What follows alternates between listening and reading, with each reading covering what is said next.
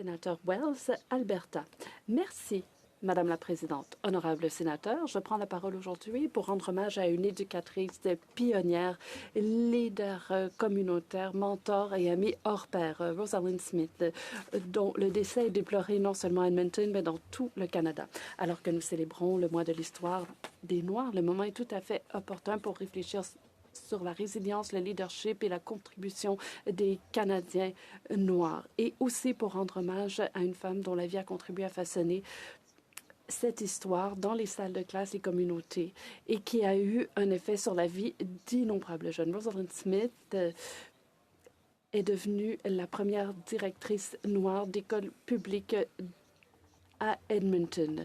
Et son héritage va bien au-delà de ce poste important. Elle a insufflé de la confiance à ses élèves, aux éducateurs qu'elle a encadrés notamment. À une époque où les femmes et les Canadiens noirs étaient rarement présents à la tête d'établissements scolaires, Ross a dirigé avec compassion et avec une force tranquille. Elle percevait les enfants non pas comme des problèmes à résoudre, mais comme un potentiel à faire éclore. Elle a dû surmonter de nombreuses barrières. Elle m'a raconté qu'un jour, un élève était arrivé à son école vêtu d'un habit complet du Ku Klux Klan. Et lorsqu'elle a confronté la famille de cet élève, celle-ci a minimisé l'incident, disait que c'était une plaisanterie. Mais Ross a bien compris qu'il s'agissait d'un message destiné à intimider et à exclure. Elle a répondu à la haine non pas par l'amertume, mais par l'excellence et l'humanité.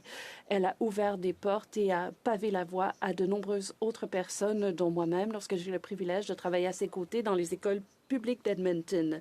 Plus tard, en tant que superviseur de l'équité, de la diversité et de l'inclusion, Ross a défendu les élèves et les familles marginalisées, y compris les communautés de SLGBTQI+,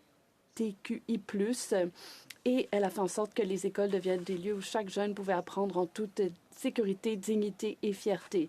Sa vie nous rappelle que l'histoire des Noirs ne se limite pas au passé. C'est une histoire vivante, écrite chaque jour par des leaders qui font en sorte que davantage de gens trouvent leur place.